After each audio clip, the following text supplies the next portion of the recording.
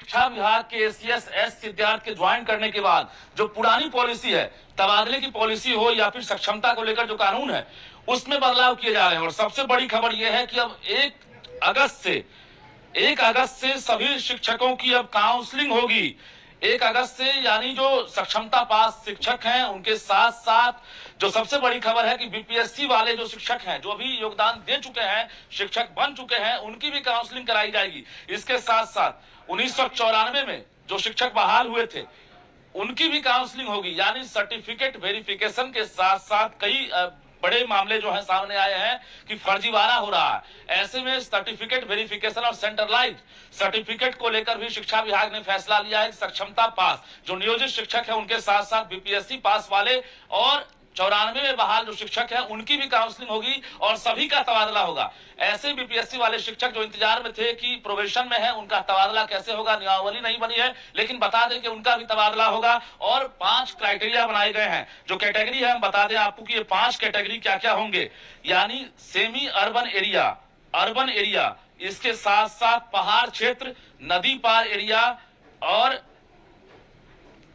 Rural area. तो ये 5 area तैयार किए गए हैं जहां पर कैटेगराइज किया गया है शिक्षकों को कि 40 वर्ष से कम उम्र के जो पुरुष हैं उन्हें पहाड़ क्षेत्र या नदी पार एरिया में उनकी पोस्टिंग हो सकती है, उनका तबादला हो सकता है।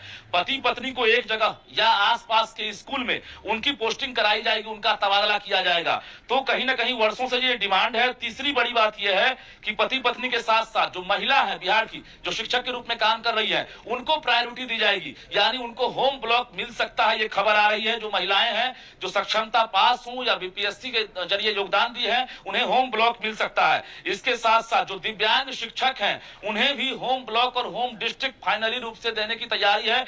यानी दिव्यांग को पूरी तरह से ख्याल रखा जाएगा और दिव्यांग कैंडिडेट से भी आवेदन लिए जाएंगे, महिलाओं से आवेदन लिए जाएंगे।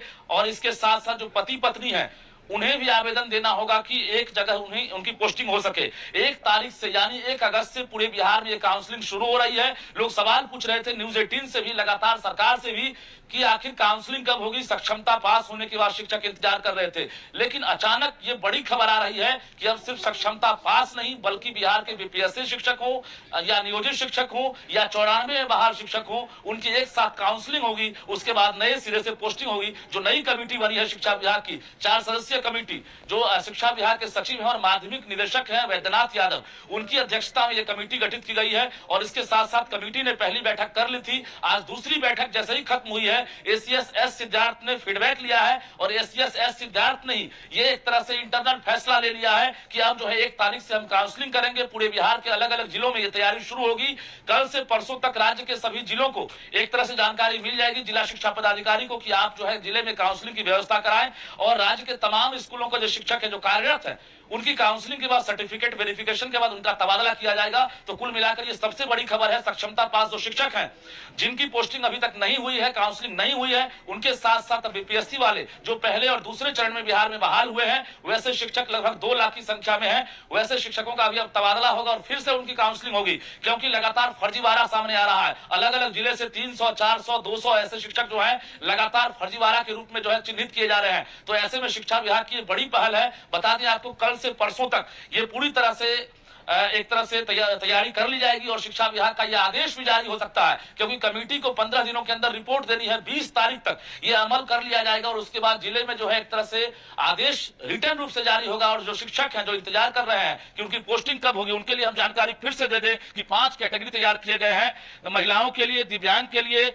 और पति पत्नी के लिए। इसके साथ साथ 40 वर्ष से कम उम्र के जो शिक्षक हैं उनके लिए नदी पहाड़ वाला एरिया, पहाड़ क्षेत्र, रूरल एरिया, इसके साथ साथ semi urban area, urban area, ये 5 क्राइटेरिया तैयार किए गए हैं और इसी के आधार पर अब जो है उनका तबादला किया जाएगा। तो शिक्षा विभाग के सोर्सेज के जरिए सबसे बड़ी एक्सक्लूसिव खबर हम दे रहे हैं कि अब काउंसलिंग का आपको इंतजार नहीं करना होगा। 2024 के आखिरी तक आप लोग अपने अपने नए जगहों पर पदस्थापित रहेंगे और इसके साथ साथ आप नए जगहों पर योगदान कर चुके होंगे। ये सरकार का टारगेट है, क्योंकि टीआरई 4 की भी तैयारी सरकार करेगी और टीआरई 3 की परीक्षा भी होनी है। लेकिन उससे पहले जो ये प्रक्रिया है, जो बहाल शिक्षक है उनकी पोस्टिंग कर ली जाएगी, जिसको लेकर शिक्षा विभाग युद्ध स्तर से तैयारी में जुट गया है। ये गोपनीय रखा गया है, अब तक मीडिया को ये जानकारी नहीं दी गई है, लेकिन सोर्सेज के हवाले हम खबर दे रहे हैं। 1 अगस्त से बिहार के अलग अलग जिलों में काउंसलिंग होगी और राज्य के जो 4.25 लाख जो नियोजित जो शिक्षक जो इंतजार कर रहे थे, जो सक्षमता 2 के लिए भी इंतजार कर रहे हैं, उनके लिए भी हम कल से परसों तक बड़ी खबर देंगे कि सक्षमता 2 का आखिर क्या होगा,